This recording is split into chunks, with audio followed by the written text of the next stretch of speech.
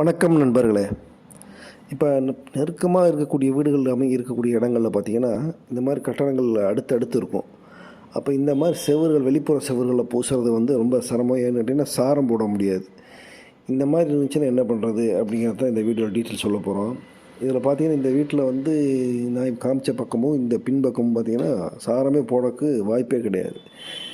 முடிஞ்ச அளவுக்கு நம்ம இந்த மாதிரி இடங்களில் வந்து முடிஞ்ச அளவுக்கு பூச்சுறதுக்கு இங்கே வாய்ப்பு இருந்துச்சுன்னா பூசிடணுங்க. அப்படி இல்லைன்னா என்ன செய்யணும்னு கேட்டிங்கன்னா, இந்த நம்ம பெயிண்டிங் ஒர்க்கு தொடங்கும்போது ஃபஸ்ட்டு வந்து சிமெண்ட் ஸ்லரி சிமெண்ட்டும் நைஸ் மணல்களையும் வச்சு 1:1 ரேஷியோட வச்சுட்டு என்ன பண்ணணும், திரும்ப இன்னொரு தடவை வந்து பட்டி கலக்கிற மாதிரி மாவு கலக்கிற மாதிரி அந்த ஜாயிண்ட் ஃபுல்லாக ஃபில்லப் பண்ணி விட்டணும் திரும்ப செங்கலுக்கு ஜாயிண்டில். அதை ஒரு கோட்டு பண்ண பிறகு அடுத்த நாள் வந்து ஒயிட் சிமெண்ட்டு, பட்டி, லெவல் பேஸ்ட்டு, அப்புறம் வாட்டர் ப்ரூஃப் கெமிக்கல் இதெல்லாம் ஆட் பண்ணி நல்லா பேஸ்ட் மாதிரி பண்ணி அது ஒரு வித்தியாசமாக இருக்காது.